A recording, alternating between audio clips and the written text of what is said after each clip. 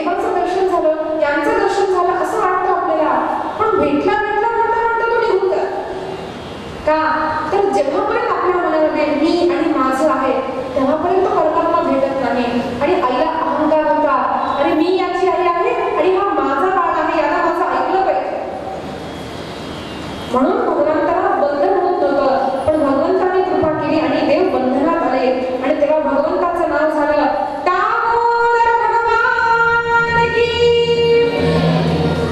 सुंदर भगवंताची लीला झाली. नंतर भगवंतानी नलकुबर आणि मणिग्रीव या दोघांचा उद्धार केला अशी कथा आहे. आणि त्याच्यानंतर एक सुंदर अशी कथा आली की काय झालं, भगवंतानी माती बलराम काकाई माईला सांगतात, आई आज कन्हैयाने माती खाल्ली. सगळ्या मित्रांना वाटतं चला आज तर ह्याला पडायलाच हवं, एक दोन रट्टे तर आई देईलच. आईला राग आला, कन्हैया माती खाल्ली. आई आली, कन्हैया माती खाल्ली नाही. आता बोलणार कसं बोलणार, करता करता पटकन सगळी माती खाऊन घेतली. आणि बलराम म्हणतो, आई खोटं वाटेल ना तर उघड त्याचं तोंड उघड मला बघ. आणि आई म्हणाली, कन्हैया तोंड उघडून दाखव. आणि कन्हैयाला तोंड उघडला मात्र तर काय झालं, आईला संपूर्ण सृष्टीचं दर्शन, संपूर्ण विश्वाचं दर्शन कन्हैयाच्या तोंडामध्ये झालं. 2 वेळा असं दर्शन झालेलं आहे. संपूर्ण सृष्टी, पृथ्वी, तारामंडळ, अनेक अशा पृथ्वी आईला दिसल्या. आणि आईला घाम सुटलं, अगं बाई हे काय दिसतंय.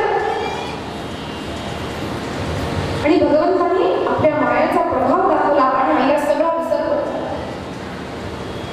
आपण शंका घेतो, अरे देवानं माती खाल्ली आणि देव खोटं बोलले की माती मी नाही खाल्ली. पण विचार करा, भगवान खोटं बोलतात. हे अंब अहम भक्षितवान, आई मी नाही खाल्लं. भगवान का असं म्हणतात, मैया मोरी मैं नहीं माखन खायो. का आपण भगवंताने आपले तोंड उघडून काय दाखवलं, आई मी कोण आहे. संपूर्ण सृष्टी ज्याच्यामध्ये आहे ना तो परमात्मा, आणि जो संपूर्ण सृष्टीमध्ये आहे तो परमात्मा.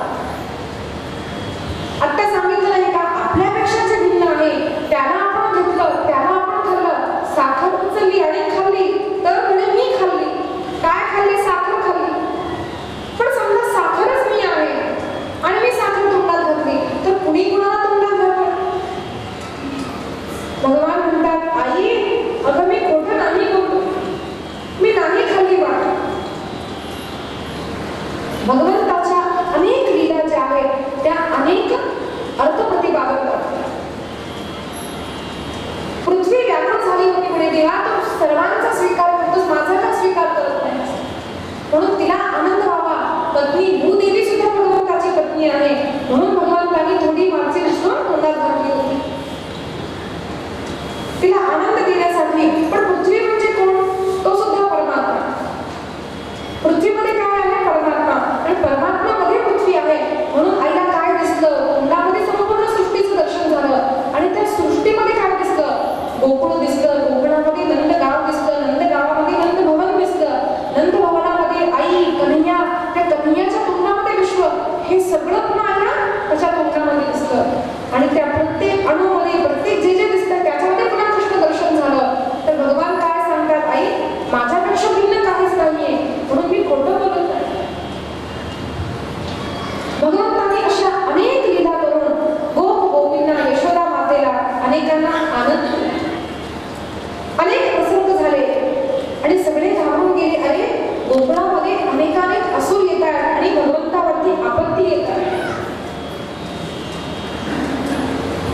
पूतना आली, तृणावत आला, 2 वृक्ष मोठे मोठे कोसळून पडले. बरं झालं कधी याला काही झालं नाही. आता आपल्याला गाव बदलायला हवं. आणि सगळ्यांनी निश्चय केला, कुठे जाणार तर जवळ वृंदावन आहे, अत्यंत सुंदर रमणीय प्रांत आहे. तिथं यमुना वाहतीये, तिथं गिरिराज आहे, आपण तिथं जाऊया. सगळे गाई वासरू त्यांना खाण्यासाठी खूप काही आहे, आपण तिथं जाऊ. निश्चय झाला आणि अनेक लोक आपापल्या गाड्या बांधतात, सामान बांधतात आणि अनेक गोप गोपी कन्हैया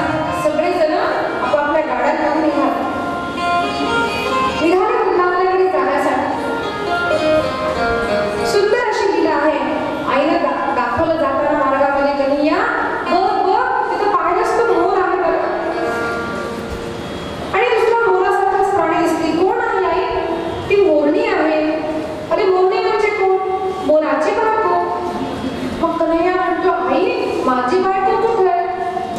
आई म्हणते, मला तीच तर काळजी आहे, तुला बायको कोण देणार?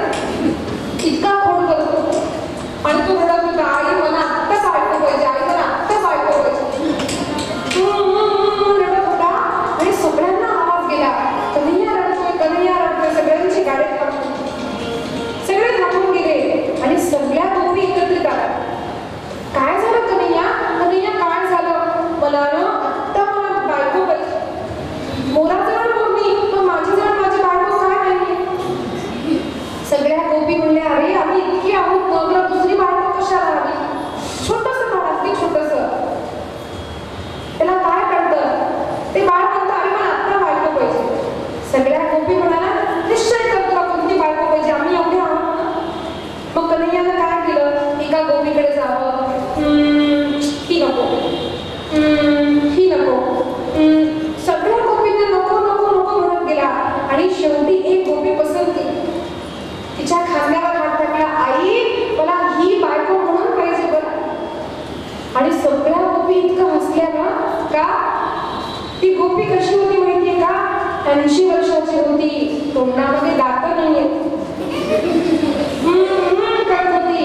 आणि कन्हैया म्हणतो, आई मला हीच बायको पाहिजे. आणि सगळ्या गोपी हसत होत्या, का रे तुला ती आवडली? इतकी आम्ही सुंदर असताना?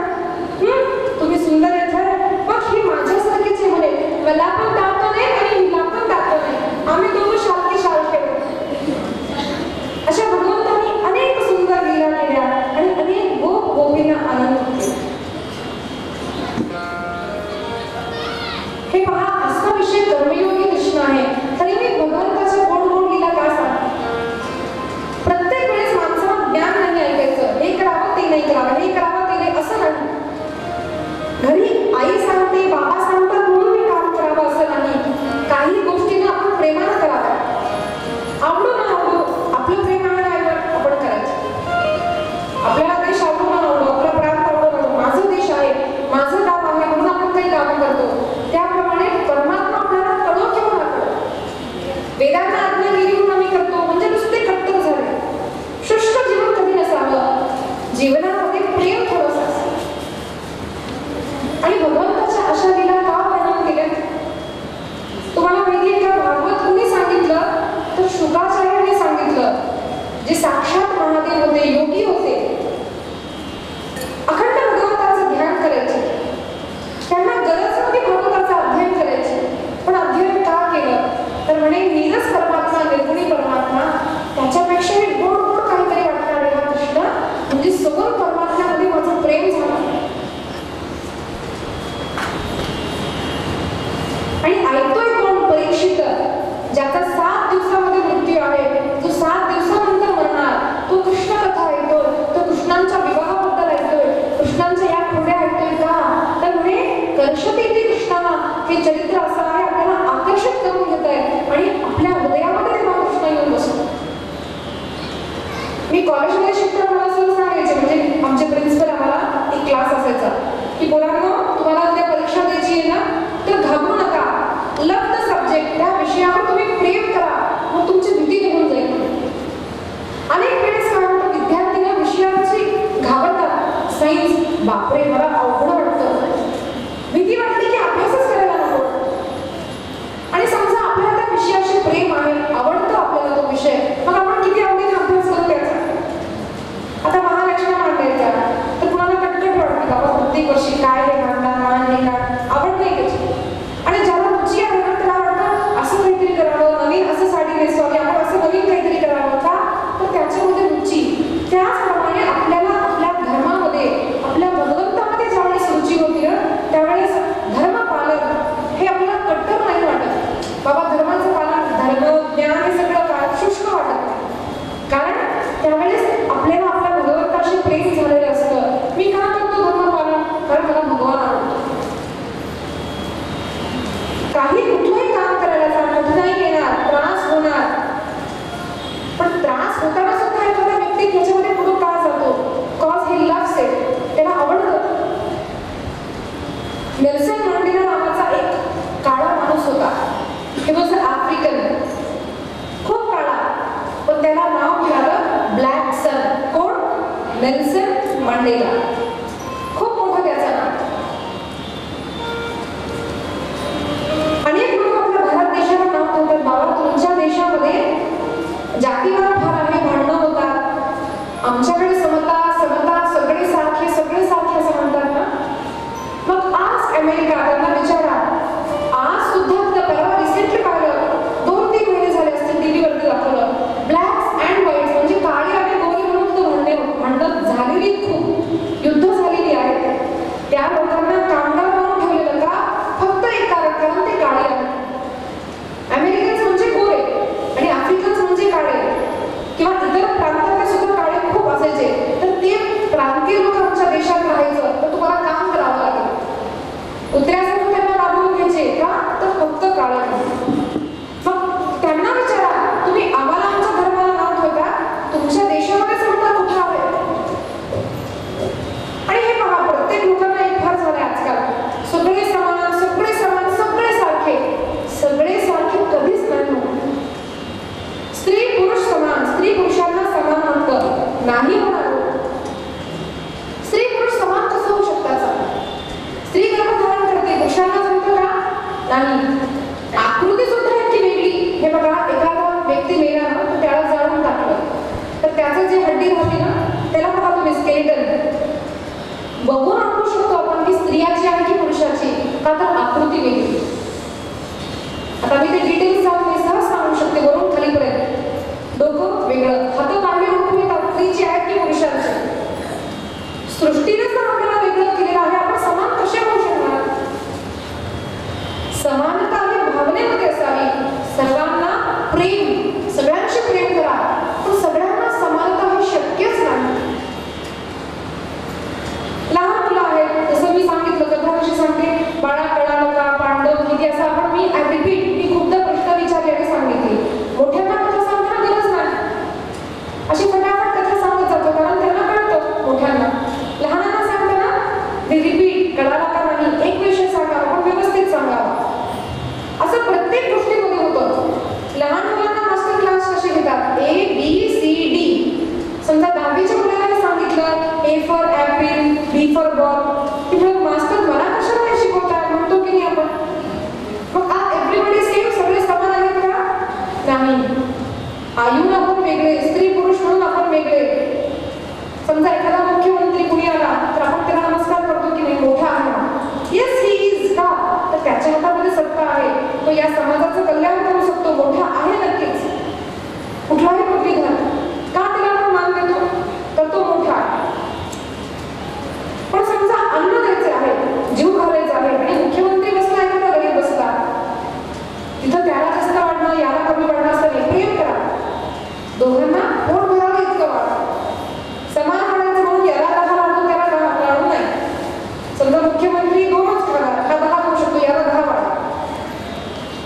वागणुकीमध्ये बदल असतो, राहतो, आपण करतोच. घरी नाही काय विचारा, आई सगळ्या मुलांसोबत सारखं वागते का? नाही वागत. घरी एखादं लहान मूल असेल ना, छोटंसं बाळ, तर त्याला आई मोठा लाडू देते का? नाही. आणि मोठा लाडू खाली अपच होईल त्याला. आणि मोठा मुलगा 8 वर्षाचा, त्याला म्हणताय 1 नाही 2 खा लाडू, म्हणते की नाही? तो छोटा मुलगा म्हणतो, आई तुला माझ्यात प्रेमच नाहीये, तू दाताला 2 लाडू दिले, मला 1च दिला, असं म्हणतो की नाही? का तर अज्ञानी आहे. त्याचप्रमाणे हा अज्ञान आहे की संपूर्ण समाज एकत्रित आहे, सगळे एक, नो, नेव्हर, नॉट पॉसिबल, नाही होणार. आपल्या धर्माला नाव जे घेतात त्यांना विचारा, तुमच्या धर्मामध्ये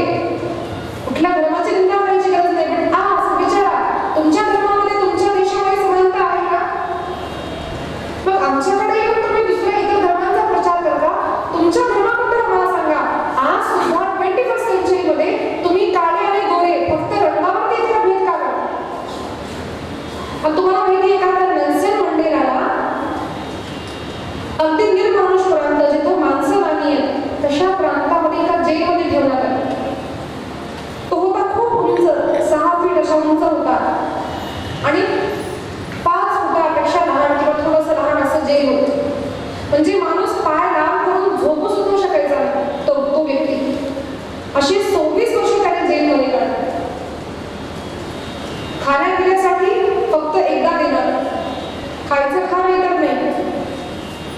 मलमूत्र त्याग करायचा असेल तर एकच वेळ एक व्यक्ती येऊन साफ करून द्यायचा. त्याच्या अगोदर तिथंच त्याच जागेमध्ये जिथं झोपणार तिथं मलमूत्राचा त्याग, तिथं तो त्याग केला, एखादा व्यक्ती येऊन साफ करून जातो. त्याच्यानंतर जो मलमूत्र त्याग केला असता दुसऱ्या दिवशीपर्यंत ते साफ नाही होणार. इतक्या घाण अवस्थेमध्ये त्या व्यक्तीला राहावं लागलं. ठेवलं त्या माणसाला का तर तो काळा होता म्हणून आणि काळाच्या विरुद्ध लढला म्हणून. 26 वर्ष त्याने काढली. काय करावं, कुणी माणूस नाही, बोलायला नाही, ऐकायला नाही, काही ऐकू येणार नाही. आवाज तर फक्त समुद्राचा. त्याला काही पेपर दिली होती थोडीशी 2-4 आणि एक पेन. 26 वर्षामध्ये त्यानं विचार करा किती बारीक अक्षरे लिहिली असते. कारण पुन्हा पेपर संपला तर पुन्हा मिळणार नाही. अशी त्याने अनेक वर्ष काढली आणि तो जिंकला शेवटी. He fought for blanks. काळ्या लोकांकरता तो लढला आणि त्याला नाव मिळालं ब्लॅक सन. आणि ज्यावेळेस तो जेलच्या बाहेर आला तो मोठा पदवीधर झाला आणि त्याला भेटण्यासाठी एपीजे अब्दुल कलाम गेले होते ज्यावेळेस प्रेसिडेंट होते. ग्रेट मॅन, ग्रेट चरित्र. का तर त्याला त्याच्या देशाप्रती, त्याला त्याच्या महत्वाकांक्षी होता, प्रेम होतं म्हणून तो 26 वर्ष तशा अवस्थेमध्ये राहू शकला. का कॉज ही लव्ड. प्रेम होतं, कट्टरता म्हणून नाही. असं आपण तर राहिलो एका दिवसामध्ये कंटाळलो, मला काय करायचं दुसऱ्यांबद्दल लढून, चला आपल्या आपण खावं प्यावं झोपावं. असे श्रेष्ठ व्यक्ती त्या का झाले? वीर सावरकर का लढले? बाल गंगाधर तिलक का लढले? Cause they loved country. त्याप्रमाणे संत हे सांगतात ज्या वेळेस आपल्याला आपल्या धर्माप्रती, आपल्या कर्तव्याप्रती, आपल्या काही विषय अभ्यास असो, घर असो, जर आपलं घर आपल्याला आवडतं ना तर ती बाई छान स्वयंपाक करते. माझा नवरा, माझी बायको, माझी सासू, माझं घर रोज काहीतरी नवीन करणार. पण तिला वाटतं हा सगळं खटपट आहे, म्हणजे रोज स्वयंपाक करावा लागतो, वाढावा लागतो, लेकरं लेक. शी डोंट लव्ह. तर त्या कर्मामध्ये प्रेम नसतं म्हणून ते शुष्क होऊन जातं. तर ज्ञान कसं असावं? आपल्या ज्ञानामध्ये प्रेम असावं. म्हणून दशमस्कंदामध्ये वेदांचा अर्थ सांगितला की काय करावं काय करू नये. पण भगवंताच्या अशा गोड गोड लीला सांगितलं की लव कृष्णा, तो किती गोड आहे, तो सर्वांशी प्रेम करणारा आहे. असं करतो का हो सूर्य? अरे एखादा व्यक्ती पहाटे उठतो, 3:30, 4, 5 ला उठतो, पूजा करतो, मंदिरात जातो, देव दर्शन घेतो. आणि एखादा व्यक्ती 12 वाजेपर्यंत उठतच नाही. त्याच्या उठण्याचा टाइमच 12-1 असतो, झोपायची टाइम सकाळची 4. म्हणजे हा उठतो तो झोपतो, अशी ज्याची परिस्थिती. पण सूर्य असं म्हणतो का की नाही हा लवकर उठतो, उपासना करतो, मग ह्याला मी जास्त प्रकाश देणार, हा उठत नाही याला कमी प्रकाश. बरं पाऊस असं करतात का आपण बघत नाही, हा चांगला बरं माणूस याला जास्त पाणी द्या, याला कमी द्या, असं करतात का? पण भगवंताने असं केलं का की जे चांगले लोक आहेत त्यांना 2 ऍपल, या झाडाला 2 ऍपल जास्त, इथं कमी, यांना नाही द्यायचे ऍपल, असा आहे त्या सृष्टीचा नियम नाही. भगवान सगळ्यांसाठी समान आहेत, समभाव ठेवतात, प्रेम ठेवतात. असा परमात्मा पुतणीला विष पाजलं तरी तिच्याशी प्रेम, आईला प्रेम केलं तरी आईशीच आहे. भगवान सर्वांशी समान भाव ठेवतात, सर्वांना प्रेम करतात. म्हणून लव कृष्णा. म्हणून वेदांचा सार म्हणून जरी सांगितलं, ज्ञान सांगितलं, पाप सांगितलं, पुण्य सांगितलं, धर्म अधर्म सांगितलं, पण त्याच सोबत भगवान कृष्णांच्या अनेक गोड गोड अशा लीला सांगितल्या. आपण पुढे ऐकूया. त्यापूर्वी 2 मिनिट भगवंताचं गुणगान करूया का? काळा बाजू.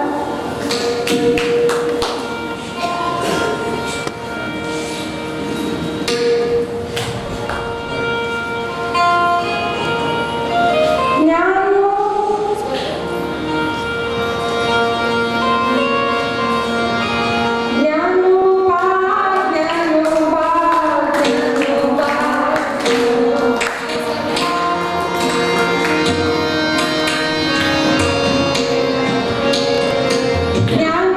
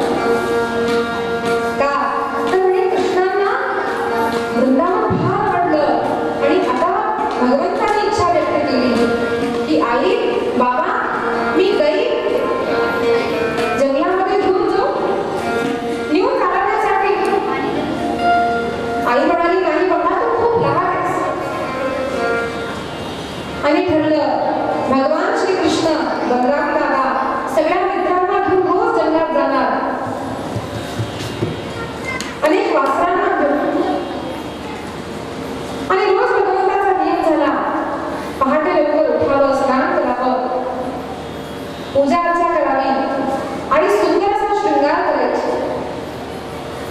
पिवळं पितांबर घालायचं, काळी शाल भगवान ओढायचे, सुंदर तिलक लावायचं, मस्तकावरती मोराचा मुकुट लावायचा आणि अनेक वासनांना घेऊन, अनेक मित्रांना घेऊन सगळ्यांनी आपापली शिदोरी घ्यायची आणि पहाटेच भगवान वृंदावनाकडे निघायचे. जो वनभाग होता तिथे निघायचे आणि गोपींना दुःख वाटायचं. अरे गोकुळा, जेव्हा इच्छा असेल तेव्हा भगवंताचं दर्शन व्हायचं. इथं तर कन्या सकाळी जातो आणि संध्याकाळीच येतो गोरज वृंदावर. पण भगवंतांना खूप आनंद व्हायचा. अनेक मित्रांना घेऊन वनामध्ये जायचे, वासरं चालायला सोडायची आणि सगळं खेळत बसायचे. भूक लागली की खायचं, सगळ्यांनी खूप खेळायचं. आणि भगवान थकून गेले, एका झाडाखाली भगवान जायचे. एखादा मित्र पाय दाबायचा, एखादा पंखा द्यायचा. आणि एवढंच नाही केलं, कुणी मित्र जर थकला ना तर भगवान कृष्ण सुद्धा त्याचे पाय दाबायचे, त्याला पंखा करायचे. सगळे मिळून कधी कृष्णाला खाऊ घालायचे, कधी कृष्ण आपल्या मित्रांना खाऊ घालायचे. आणि वृंदावनात आले मात्र भगवंतांनी हातामध्ये बासरी धारण, सुंदर अशी बासरी भगवान वाजवायचे. म्हणजे सरस्वतीला जे स्वर होत नाहीत असा काही वेगळाच निनाद त्या बासरीतून निघायचा. आणि गंधर्व, अप्सरा, ब्रह्मदेव सगळे मोहित होत जायचे. सगळ्या गोपींना वाटायचं, अरे हा सुंदर आवाज कुठून येतो, कन्हैया किती सुंदर बासरी वाजवतोय रे. आणि त्यांचं कानात लक्षच नाही लागायचं, सारखं सारखं कन्हैया कन्हैया कन्हैया कन्हैया. कधी कधी संध्याकाळ होईल, कधी मला कृष्णाचं दर्शन होईल, अशी त्यांना सारखी तळमळ लागायची. सुंदर वृंदावनामध्ये भगवान रमून गेलेले आहेत. पण कंसाने काय केलं, एक नाही अनेकानेक असुर पाठवत गेला. वत्सासुर आला. एका वत्साच्या रूपामध्ये म्हणजे वासनाच्या रूपामध्ये एक असुर आला. पण भगवंतांनी ओळखलं हा असुर आहे आणि त्याला ठार केलं. अनेक लोक साधू संतांचा वेश धारण करतात खरे, पण कोण खरा साधू, खरा साधू कोण आणि कोण साधू वेशधारी आहे हे फक्त जो साधू आहे त्यालाच कळतं. प्रत्येक माणसाचे व्हायब्रेशन्स वेगळे असतात, सगळे एकसारखे नसतात. म्हणजे कुत्र्याला जर एखादा वास दाखवला तो ओळखतो, अशा प्रकारे त्याला 10,000 वास दाखवले ना तो बरोबर 10,000 वेगळे वेगळे सुवास जे आहेत ओळखतो. हा याचा ही मॅचेस त्याला कळतो का, तर प्रत्येक माणसाचे व्हायब्रेशन्स, प्रत्येक माणसाचे अणुपरमाणु वेगळे असतात. म्हणून इतरांचे वस्त्र घालू नये, सगळ्यांच्या वासना सारख्या नसतात. नुसता साधूचा जरी वेश धारण केला तरी साधुत्व कधी ना कधी असेल तर बाहेर पडतं, आणि असाधू जर आहे तर ते सुद्धा नक्की कधी ना कधी बाहेर पडतं. आणि भगवंताला कळालं हा वत्सासुर आहे, असुर आहे, हा माझा वत्स नाहीये, म्हणून त्याला ठार केलं. तो गेला. नंतर बकासूर आला. बक म्हणजे दंभ, हा पुतळेचा भाऊ होता, तो आला.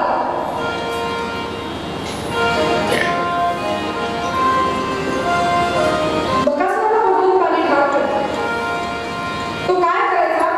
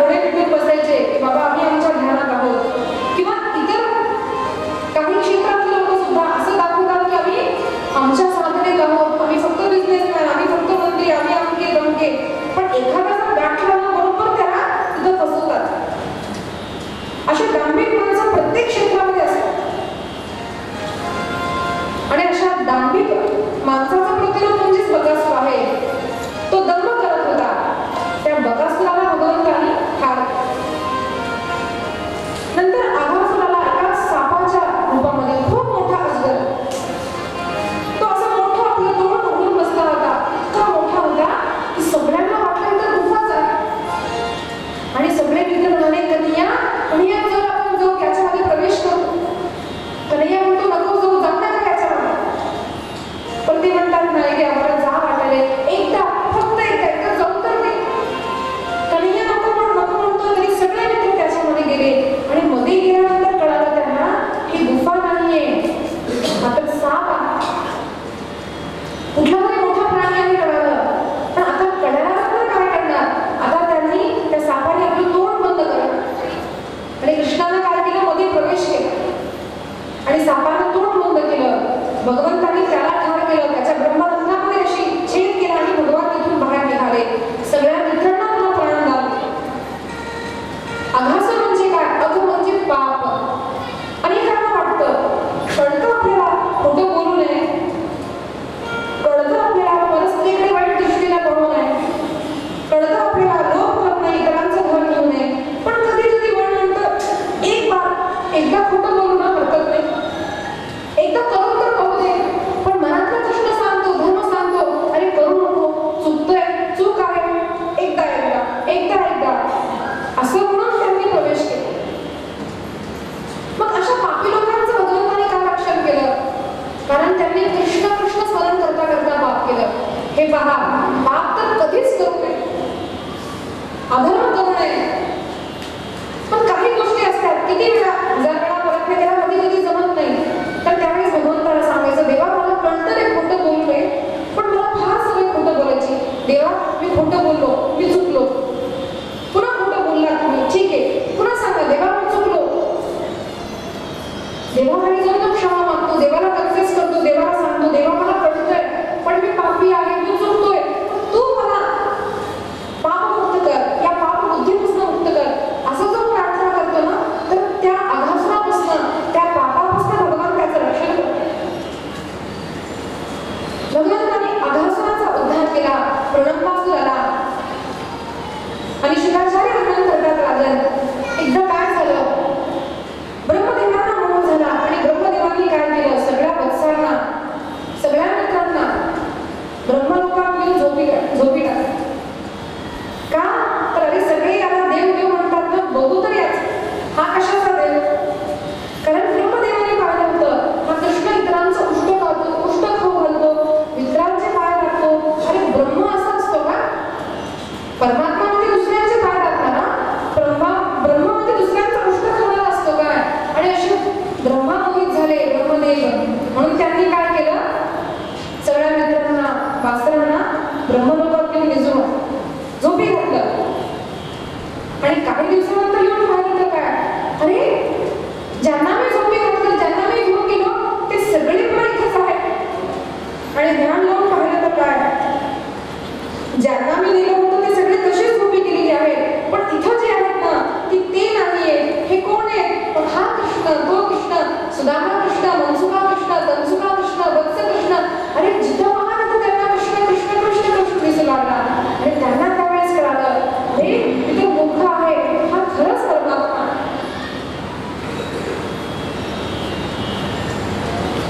असं म्हणून देवाला कधी उष्ट दाखवू नका. देवाकडनं सेवा अपेक्षित नसते. पण भगवान कधी कधी असं करतात. शबरीची बोरं काय खाल्ली. ती शबरी जी होती ना तिची कथा रामायणात येते. ती खूप अशी छोटीशी होती 5-6 वर्षाची आणि त्या काळामध्ये खूप लवकर लग्न होत असत. आणि तिच्या बाबांनी ठरवलं की आता त्या शबरीचं आपण लग्न करणार. शबरी म्हणजे जात आहे ती नाव नाही. ठरलं आता तिचं लग्न करायचं. आणि तिच्या लग्नामध्ये लोकांना कापून अनेक लोकांना तेच मेजवानी म्हणून द्यायचे. ती रोज त्या लोकांसोबत खेळायची त्या लहान लहान प्राण्यांसोबत खेळायची. आणि तिला कळालं आता माझं लग्न आहे आणि माझ्या लग्नामध्ये यांना मारणार. आता बाबांची बोलायची हिंमत नाही. बाबांना कसं सांगणार. पूर्वी खूप मर्यादा होता. आपल्या मोठ्यांना असं पटकन जो बाबा असं करा म्हणून असं नाही बोलायचं. सासू सासरे असते बदल घ्यायचा. मोठ्यांसमोर कमी आवाजात बोलायचं. जेवढं आवश्यक तेवढं बोलायचं. याला मर्यादा म्हणतात. अशा बोलत्या आता नाही दिसत. मला आठवते मी माझ्या वडिलांसोबत आता कुठे बोलते. आमच्या वेळी काही सांगायचं आईला सांगायचं, आईने बाबाला सांगितलं आणि ते जर पास झालं की ठीक आहे करा, मग आम्ही करतो. आणि यात काही चूक नाहीये, मर्यादा असावा. कोणासमोर किती बोलावं, कुठं बोलावं, कसं बोलावं, जो समोर येईल त्याच्यासमोर बडबड बडबड असावी. अनेक लोक साधू संतांकडे पण जातात, पण एक बोलत बसा आमच्याशी नाही.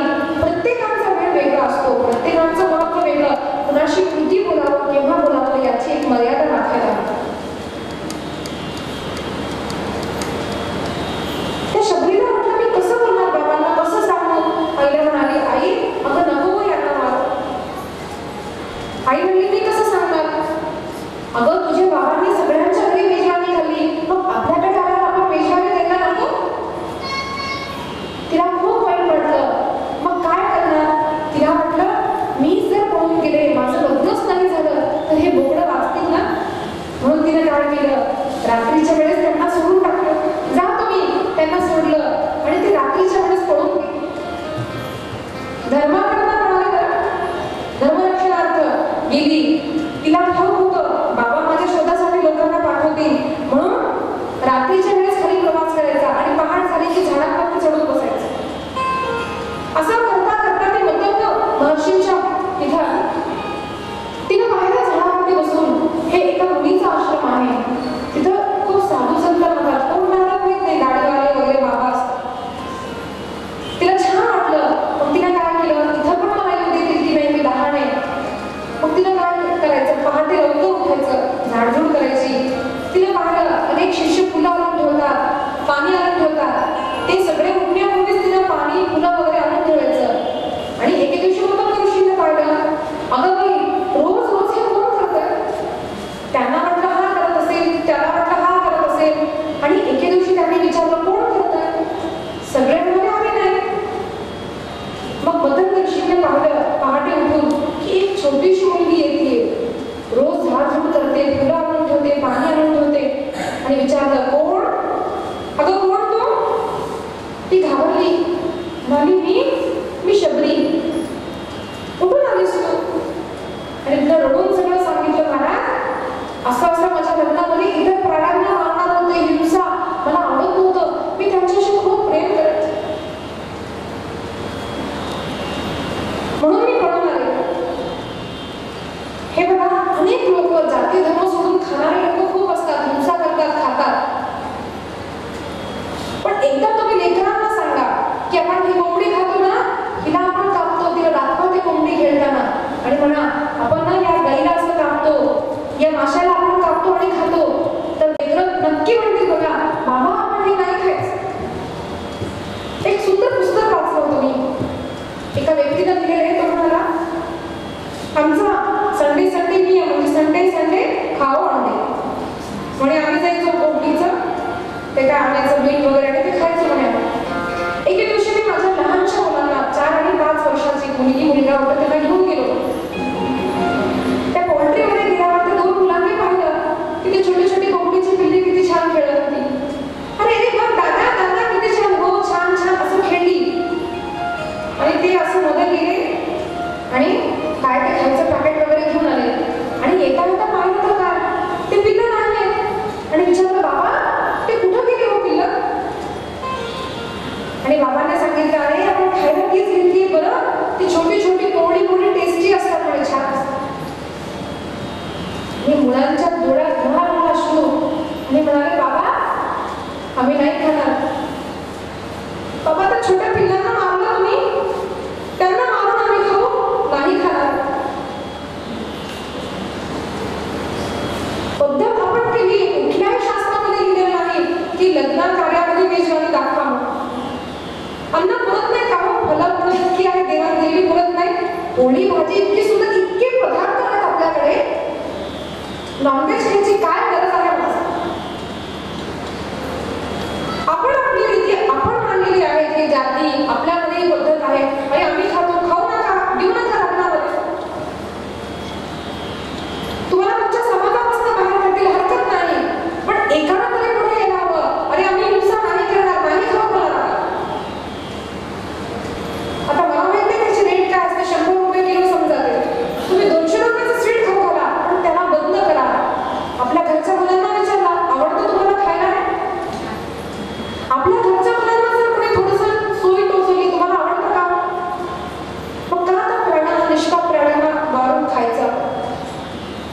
अशी परिस्थिती आहे का की या सृष्टीवरती अन्न नाहीये, मग खा.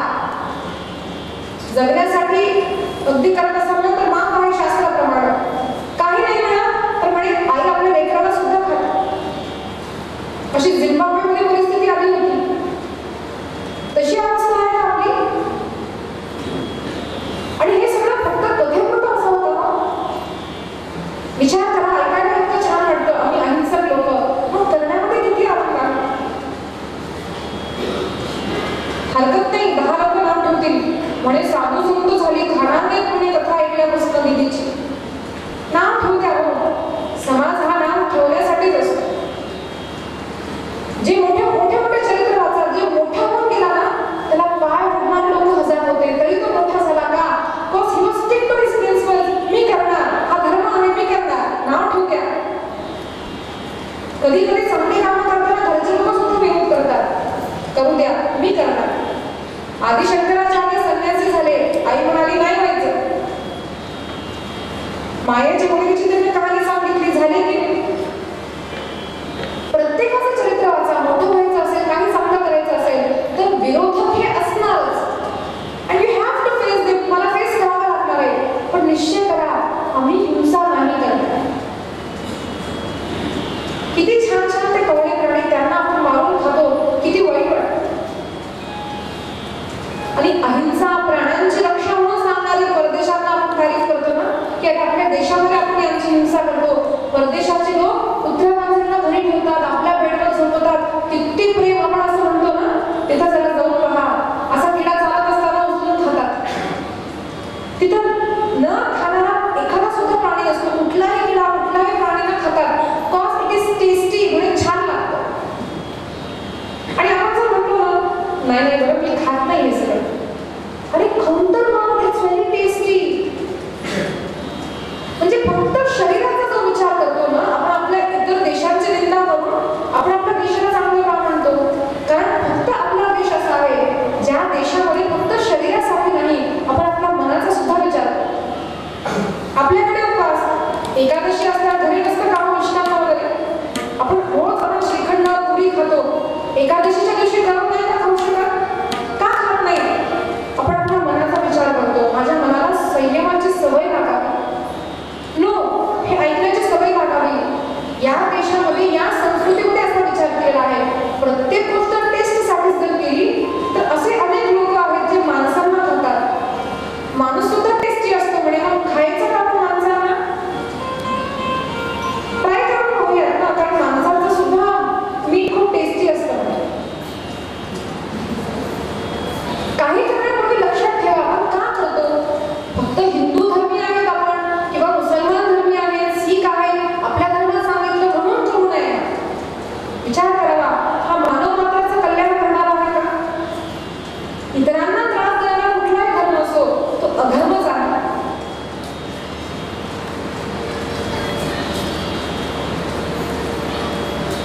असतो ब्रह्मदेवांना वाटलं अरे हा ब्रह्म कुठला आहे. आता इतरांचा उष्ट खातो. आणि शबरीची कथा आपण ऐकत होतो. शबरीने का सोडलं? मला हिंसा करायची नाहीये. आणि त्या शबरीचं जीवन कसं होतं माहिती का? तिला मतंग महर्षीने सांगितलं तुझ्यासाठी राम येणार बरं, राम येणार. आणि मतंग महर्षीने समाधी घेतली. आणि त्या शबरीला म्हटलं कधी येणार? मी तर विचारच विसरते. आणि लहान मुलं किती वेळ स्नान करतात? खूप वेळ. हळूहळू गाणं गाता गाता हळू खायचं, हळू खेळायचं. पण त्या शबरीला आवड लागली, राम येणार, राम येणार. ती स्नानाला जायची आणि तिला वाटायचं घरी राम आले तर. ती खायला बसायची, राम आले तर. म्हणून आता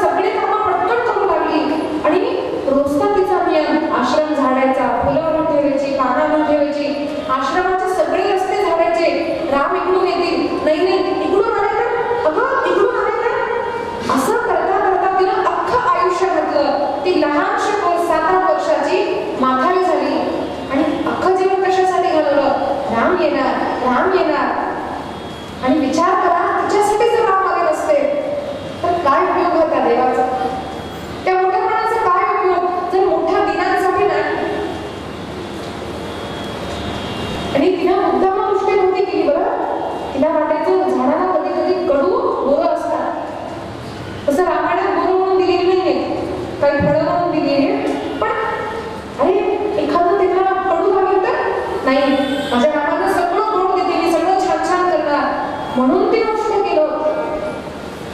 त्याच्यामध्ये उष्टेपणा हा तिचा अहंकार अभिमान होता, तिथं प्रेम होतं, म्हणून लक्ष्मणाला संकोच झाला खायला, पण प्रभू रामाने उचललं आणि खाल्लं. म्हणून म्हटलं होतं तो फक्त परमात्मा मोठा नाहीये, ईश्वर सर्वात्मा सर्वेश्वर नाहीये, तो परम कृपाळू परम दयाळू आहे. म्हणून भगवंताने कृष्णाचा अवतार घेतला गोपींसाठी, मागून नाही, चोरी करून सुद्धा त्या गोपींकडे खाल्लं, मित्रांचं उष्ट खाल्लं, त्यांना खाऊ घातलं. आणि असा जसा आपल्याला मोह होतो ना, त्याप्रमाणे ब्रह्मदेवांना मोह झाला आणि नंतर कळालं आणि मी तर मोहित झालो, तर खरंच ब्रह्म हा ईश्वर आहे, म्हणून त्यांनी सुंदर अशी स्तुती केली. नंतर धेनुकासुराचा उद्धार केला, कालियाचा उद्धार केला. धेनुकासुराचा उद्धार केला आणि प्रभू काय सांगतात, धेनुकासुर कसा होता, एका जंगलामध्ये राहायचा, खूप मोठी मोठी झाडं ताडमध्ये, स्वतःही फळं खायचं नाही, दुसऱ्यांनाही द्यायचं नाही. आणि भगवंताने त्याला ठार केलं आणि काय सांगितलं, धेनुकासुर म्हणजे देहाभ्यास. अनेकांच्या घरी खूप असतात फळं, खूप संपत्ती असते, पण स्वतःही खायचं नाही, दुसऱ्यांनाही द्यायचं. काही लोक असतात फक्त आपण खायचं, दुसऱ्यांना कशाला द्यायचं, असं नाही. ही संपत्ती सर्वांसाठी आहे, म्हणून आपल्याकडे यज्ञाचा प्रकार आहे. म्हणून आपण कथेमध्ये प्रसाद काय ठेवतो, दुसऱ्यांना घरी खायला मिळत नाही का, पण जे संपत्तीवान लोक असतात ना समाजातले, हे बघा आपण कथा करतो ना, पुण्य कुणाला मिळतं सांगा. एखादा आयोजक असतो, करोडोंचे रुपये खर्च करतो, एखादा 5 लाख देतो, 10 लाख देतो, 2 लाख देतो आणि आयोजन करतो, मग पुण्य फक्त त्याला मिळतं का, इतरांना पुण्य नाही का मिळत. संत सांगतात, आपण जेव्हा भगवंताकडे जातो ना, तर समजा 2 व्यक्ती समोर उभी आहेत, धनवान आणि धनहीन, तर धनवंताला भगवान विचारतो, अरे तुला मी एवढे पैसे दिले होते, काय केलंस त्या पैशाचं, कसा वापर केलास त्या संपत्तीचा, आणि त्याला हिशोब द्यावा लागतो. मी ना 10 किलो रसगुल्ले खाल्ले, एवढं खाल्लं, मी माझ्या बायकोला दिलं, साडी आणली, माझ्या मुलांना दिलं, आणि दुसऱ्यांसाठी नाही, चला याला नरकात घाल. आणि धनीही नसेल, त्याला विचारतो, ठीक आहे तुला मी पैसा नाही दिला, तुला मी मन दिलं ना, त्या मनाचं काय केलंस, मनानं चांगला विचार केलास, कधी चांगला संकल्प केलास, ठीक आहे मी तुला शरीर दिलं, शरीराला कधी कुणाची सेवा केलीस.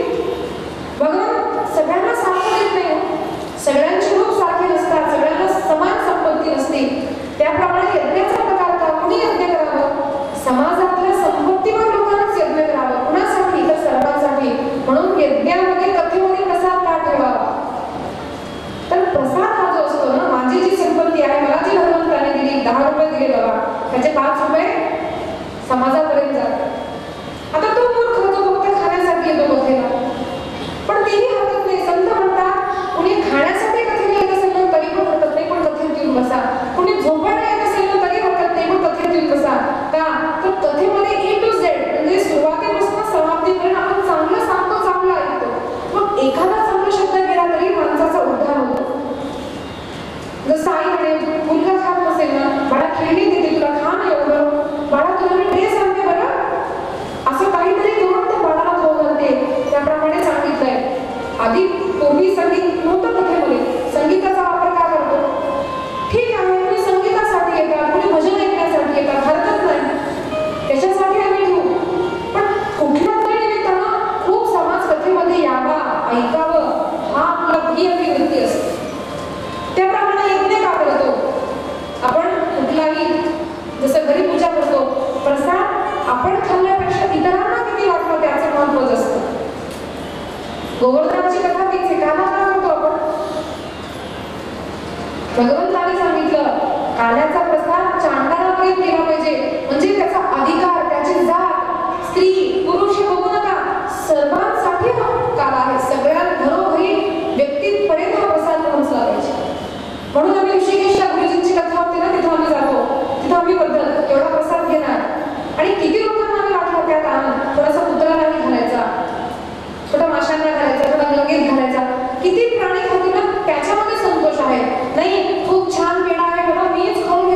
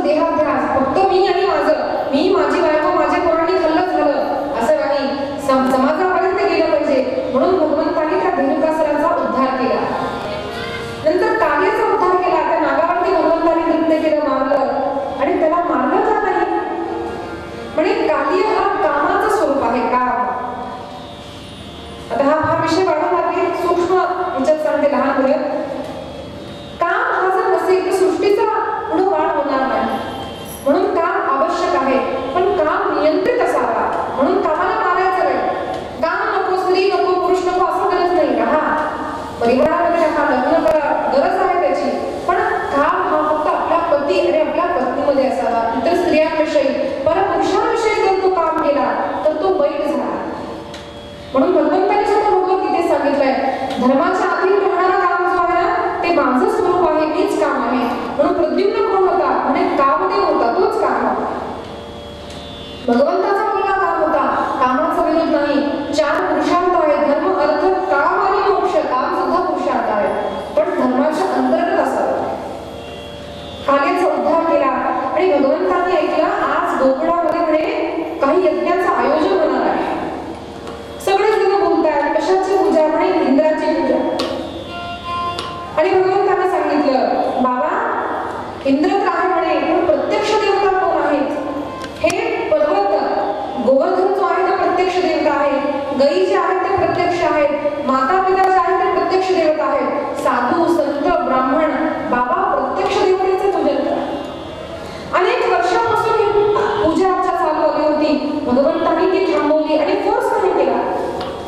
जसं मी कथेमध्ये सांगून जाते, आता तुमची इच्छा, आम्ही आमचा समाज म्हणून खाणार, कंटिन्यूच करणार का एखादा चांगला शब्द ऐकून म्हणून आम्ही ते सोडून देणार? नाही खाणार आता आम्ही आता बस.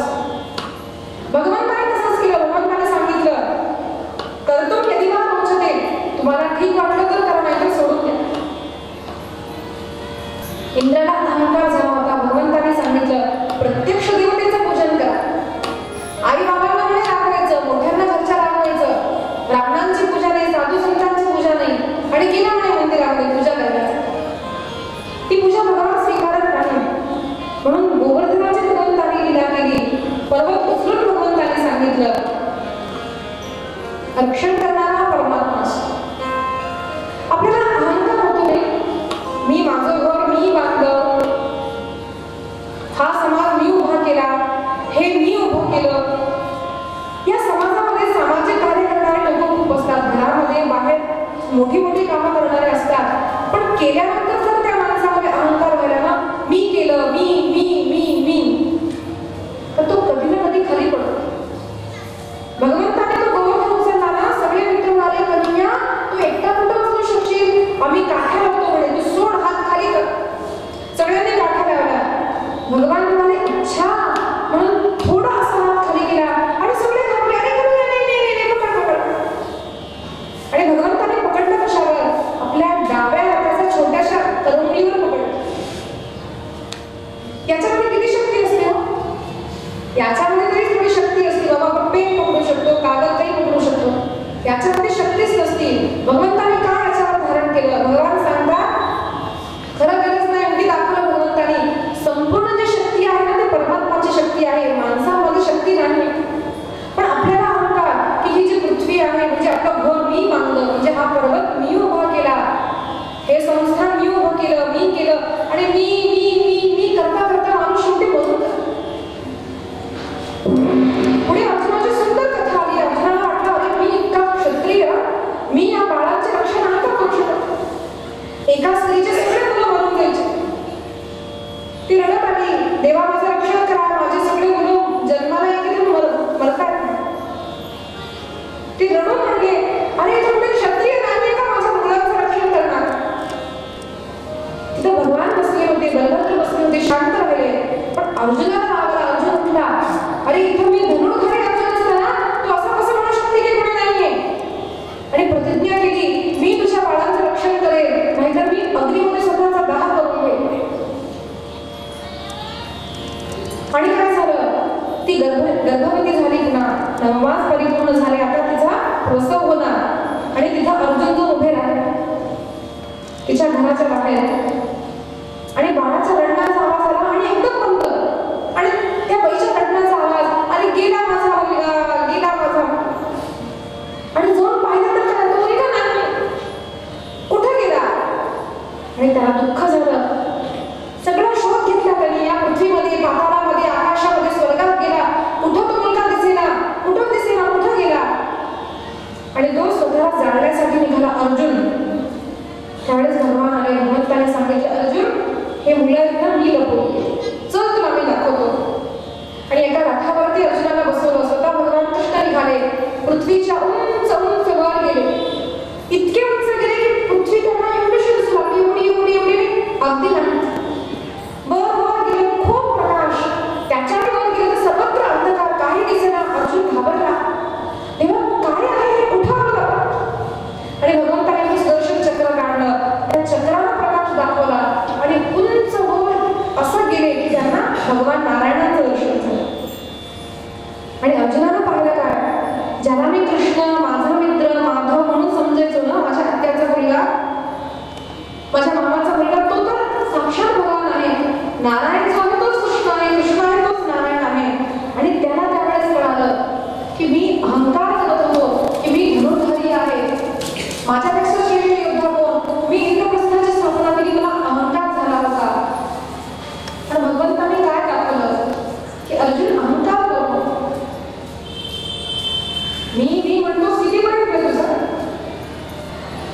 तुम्हाला इंटरनेटची आयडिया आहे का? इंटरनेट तर इंटरनेटमध्ये गुगलमध्ये जाऊन पहा तुम्ही. गुगलमध्ये जर आपण टाईप केलं ना अनसिंग लगा तर बघून आपल्याला सॅटेलाइट व्ह्यू. सायंटिस्ट सांगतात, ऋषिकाला सोडून द्या कारण आपल्याला फार विश्वास नाही, सोडलं. सायंटिस्ट सांगतात अशा पृथ्वीसारखीमुळे हजारो हजारो अजून गॅलेक्सीज आहेत, अनेक तारे आहेत, इतकी आहेत की सांगता येत नाही. अशा पृथ्वीसारखे अनेक ग्रह अजून आहेत, खूप अवर्णनीय इतके आहेत. त्याच्यामध्ये पृथ्वी म्हणजे अगदी एवढीशी म्हणजे इक्वल टू नो. विचार करा, अशा मोठ्या मोठ्या अनेक ब्रह्मांड आहेत, त्याच्यामध्ये एक ब्रह्मांड, त्याच्यामध्ये एक पृथ्वी. त्या पृथ्वीवरती किती देश आहेत? 7 कॉन्टिनेंट्स, 7 खंड, खूप मोठे मोठे. किती प्रश्न सांगू शकतो का आपण? नाही. त्या अनेक खंडांमध्ये अनेक देश, त्याच्यामध्ये आपला एक देश भारत, त्याच्यामध्ये अनेक राष्ट्र, त्या अनेक राष्ट्रांमध्ये अनेक प्रांत, त्या अनेक प्रांतांमध्ये कुठं महाराष्ट्र, त्या कुठं महाराष्ट्रामध्ये कुठं विदर्भ, कुठं अनसिंगल, त्या अनसिंगलमधला एखादा आपण. पण त्याला किती असतात, आम्ही हे केलो, आम्ही ते केलो, आम्ही इतका मोठा. म्हणजे मी तुम्हाला वर्णन करत नाही, सांगते की आपल्या देशाबद्दल पहा, आपण कुठे आहोत, आपलं घर कुठं आहे. जर पृथ्वी इतक्या सगळ्या ब्रह्मांडासमोर एवढीशी आहे तर आपलं घर आणि आपलं अस्तित्व काय आहे? तरी माणसाचा अहंकार असतो का? अनेक लोक एक स्त्रीचा असं म्हणायचे, मी गेल्यानंतर मला चंदनामध्ये जाणार. कुणाला जायचं? तुझ्या शरीरात. जिचं शरीर आहे का नाही का, काही त्याचं अस्तित्वच नाही. म्हणून आपण अहंकार करतो. केव्हापर्यंत जेव्हा आपली शक्ती आहे, बाबा मी युवा आहे, शक्ती आहे कळतं, पण थोडे बीमार राहतो तेव्हा कळतं आपलं कोण आहे. हे शरीर सुद्धा आपलं नाही. आपण अहंकार करतो. घर विचार करा, ऑर्डर पास झाली वरून देवाची, अरे बाबा शिल्पा तुला वर यायचे आज, तर मी म्हणू शकते का देवा मी 30 वर्षापासून या शरीरात राहते, 30 वर्षापासून मी कसं सोडू, मी नाही सोडणार, जमणार आहे का? एक ऑर्डर पास झाली, क्षणामध्ये असा बसलेला माणूस ठार होतो, पडतो, त्याला जावं लागतं. मग तुझं जर हे शरीरच नाहीये, हे घर तुझं कसं, हे गाव तुझं कसं, ही संपत्ती तुझी कशी, तू कोण कोणाचा? म्हणून अहंकार करू नये. मेरा, मी करणारा त्या मी मध्येच बघत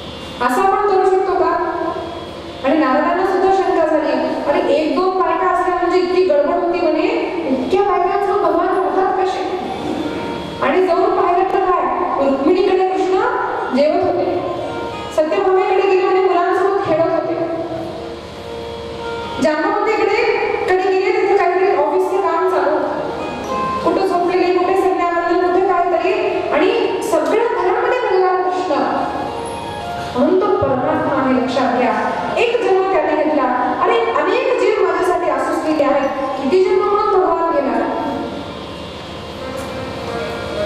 आणि एवढंच नाही, मुख्य विषय म्हणजे आपला कर्मयोगी होता ना, तो विषय कसा, तो कर्मयोगी कसा ठरतो, तर भगवंताने भगवद्गीतेमध्ये उपदेश काय दिला, लोभ करू नको, सगळ्यांशी प्रेम कर. हे जो उपदेश केला ना, भगवंताने लोभ नाही केला.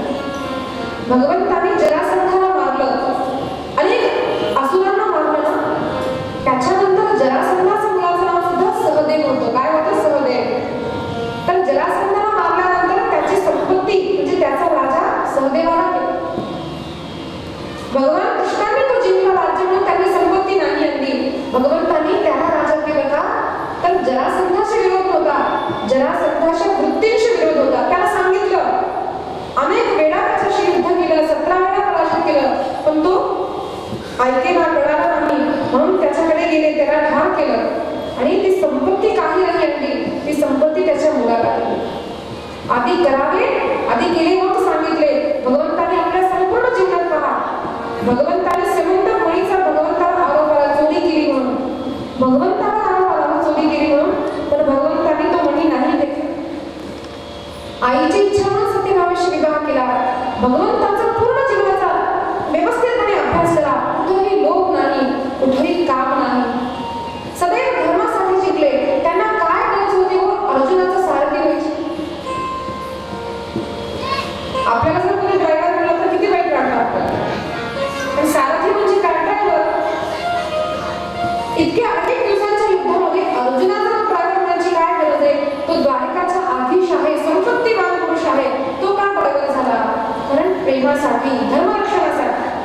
पांडवांकडे धर्म होता म्हणून धर्मासोबत होते. काही वेळामध्ये संपूर्ण चरित्र सांगणं शक्य नाही, फक्त लक्षात घ्या, श्रद्धा ठेवा, विश्वास ठेवा. आपलं जे चरित्र आहे ना, अत्यंत सुंदर आहे आणि निसंकोचपणे आपण लहान मुलांसमोर बोलू शकतो, वृद्धांसमोर बोलू शकतो, या देशाच्या लोकांसमोर बोलू शकतो, परदेशाच्या लोकांसमोर बोलू शकतो. असा आपला धर्म आहे. कुठेही घाबरायची गरज नाही, अस्खलितपणे सांगू शकतो, देवाने असं का केलं, असं आहे. पण ज्याला जर विश्वासच करायचा नाहीये, ज्यांना नकोच वाटतं ना, तशीच लोक फक्त कारण देतात की तुमचा देव असा. पण ज्याला विश्वास आहे ना, त्याच्यासाठी हा धर्म अत्यंत सुंदर आहे. आणि हा हिंदू धर्म नाही, हा सनातन धर्म आहे. हा सर्वांसाठी आहे, सर्वांचा कल्याण करण्यासाठी आहे. अत्यंत सुंदर कृष्ण चरित्र आहे. बरोबर 4 वाजलेले आहे. आपण 2 मिनिट नाम संकीर्तन करू.